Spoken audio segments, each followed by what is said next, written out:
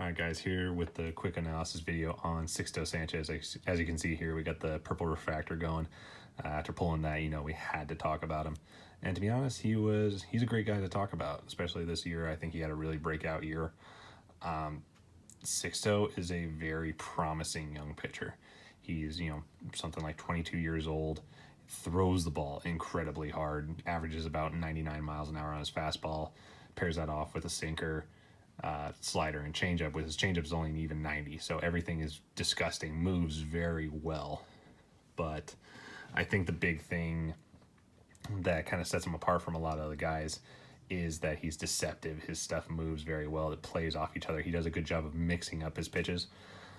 So he does a great job of being a pitcher, not just, a thrower who only throws fastballs. So I think for him, he has a very promising future. As far as his mechanics go, it's very consistent, very tight. He has a quicker tempo through his entire motion. So, it's very, fast moving. He keeps the pace of play moving quite well. One of the common things that a lot of people do is compare him to Pedro Martinez. They have very similar deliveries. Pedro was a little bit looser as far as like his arm and his ability to move. Sixto's a little more tight. He's not necessarily a tight mover, but he's a little tighter than Pedro.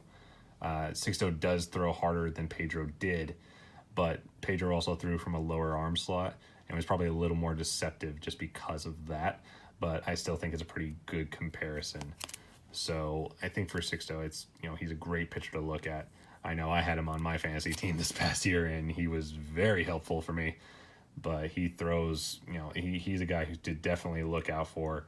And especially on this growing Marlins team, he's going to be a key player so long as they don't trade him away like everyone else. All right. But yeah, so that's just, the kind of quick analysis. As we go along, I'm going to be doing a little more in-depth stuff, hopefully get some video that we can actually start using.